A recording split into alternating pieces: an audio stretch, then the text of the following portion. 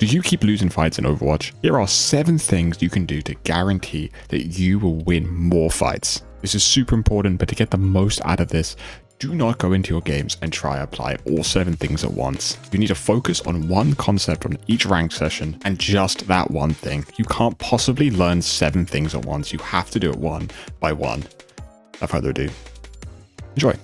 Okay, when we talk about 7 things that you need to do to win more fights. So first off, we've got off angles. I've got some notes on the side, so if I ever glance over, that's why, right? But the idea with an off angle is that you shouldn't be exposed to more than 2 people at one time. And you're going to be shooting from the side. So for instance, if we have this little map, right? And say, for instance, that you have a guy fighting here and you have the team fighting here.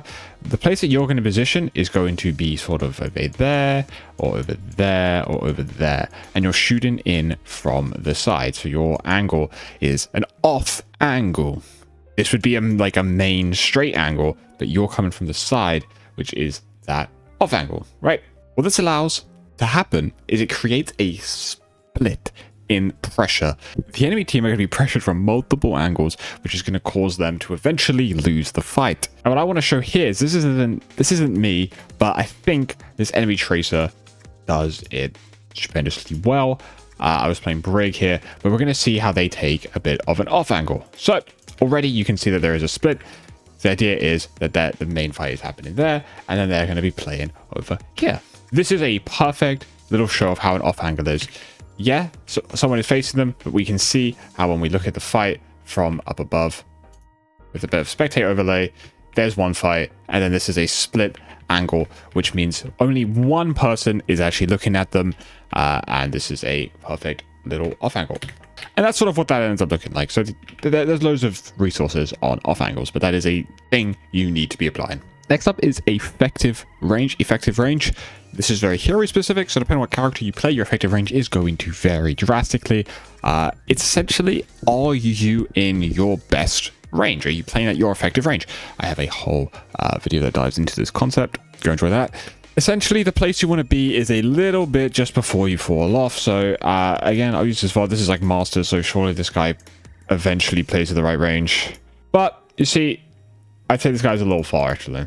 But for Cassidy, it sort of is this range. He doesn't want to get closer and he doesn't want to get further, right? You just want to play over here, maintaining that good range just before your fall off happens.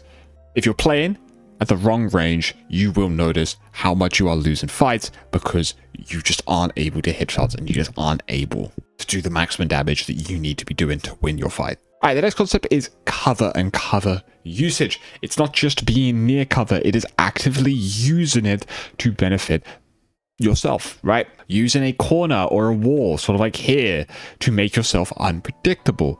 It also means you always have somewhere to fall back to. It is a very, very, very simple concept, but it is so important. And if you don't do it, you are actively throwing fights. Can't rely on enemies missing their shots. You want to make them miss. I'm going to go to a random freaking point in the game, and we're going to look at myself. And you'll notice how I'm always playing near. I'm playing near a piece of cover, and this is essentially it. I'm just hugging this wall so I can hit this whip, and then fall back to another piece of cover, which is this corner.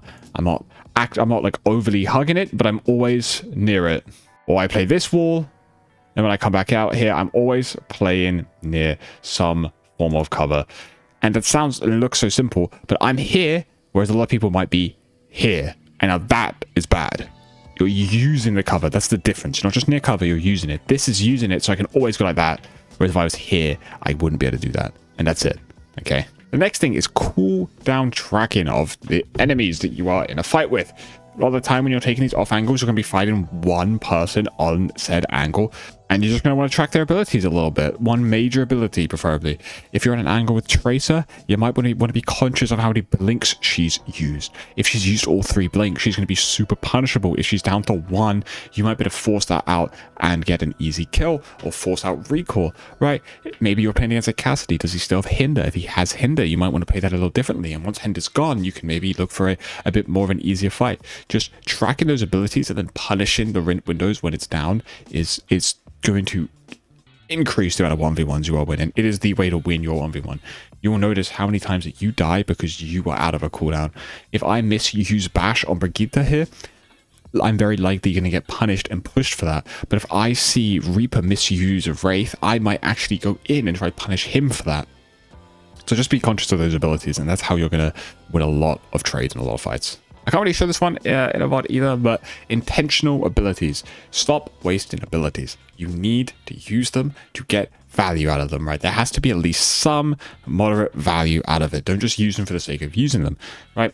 You want to use them with a purpose. I play Brigitte, and so if I'm in a 1v1, Whipshot needs to serve more of a purpose than just throwing it and seeing if it lands. I either want to use it in my combo where I'm going to bash and whip to try to get a huge burst of damage, or maybe I'm going to save it for when they push into me so that I can knock them back. So for instance, that hazard matchup way earlier. Hey, there. You notice how we didn't just insta-whip the guy? We're trying to wait to see if we can keep the distance away, just to buy the time. It's not perfect, but that's sort of intentional with the whip. See, and then as he comes again, and just always trying to use everything with a bit of intention. It's very streamlined, very simple, but you know, you don't want to be wasting abilities. There are some characters especially where wasted abilities are going to be super punishing.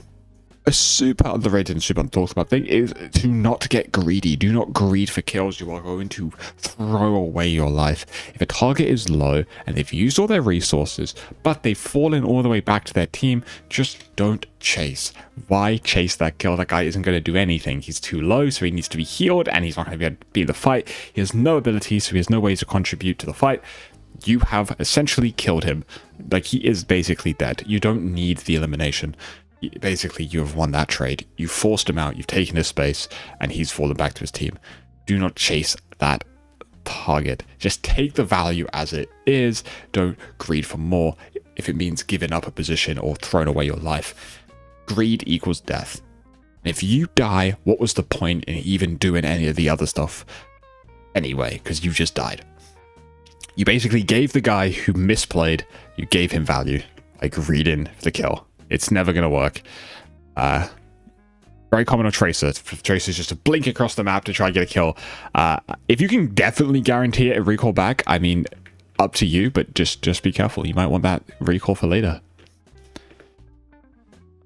Okay, one of my favorite concepts, reacting to pressure. This is very important on every character, especially Brig, which is who I play. Enemies are going to be pressuring you in the way that you are. They are also applying all these concepts to you, so you need to react to them, right? You can't just sit there applying pressure constantly, just applying. You have to be able to react. If you have multiple threats coming after you, you want to fall back. You want to put back on that angle. But at the same time, if no one is responding to you and you're not getting any value because you aren't able to apply pressure on your angle, you might want to look to deepen or look to change the angle and take more space with it. That is simply reacting to pressure. Presence equals pressure. So if people are responding to you, you've done quite well. So let's just watch me for a little bit because we'll see what I do here. No one is responding to me, so what do? I take space. I whip shot this guy. Still no one is looking at me, so I'm going to stay up. Hazard looks at me. I kind of mess up the bash, but the idea is I then fall back and we heal. No one is pressuring me, so I'm looking to deepen the angle of the Reaper.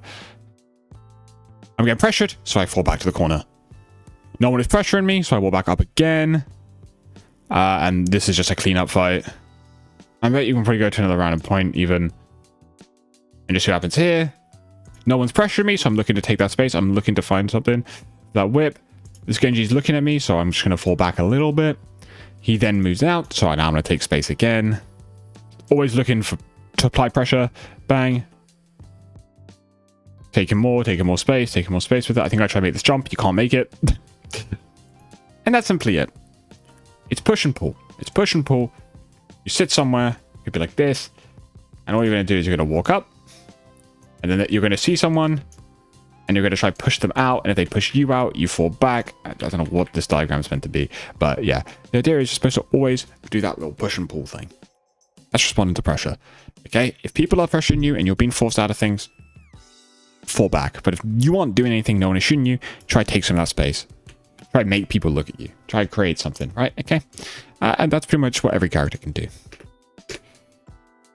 Hope that was helpful. Remember, again, apply one of these things one by one into each ranked session, not just game. You know, if you're playing 4 games in a day, maybe focus that game on cover usage, and then the next game focus on the pressure. Maybe next time focus on the greeting kills. Just slowly apply these things, and once you've done this, you are going to be so much better at winning your fights and living and just getting so much more value. And I guarantee if you were able to apply these 7 things to your game, you would rank up without a doubt. Thank you for watching. See you on the next one.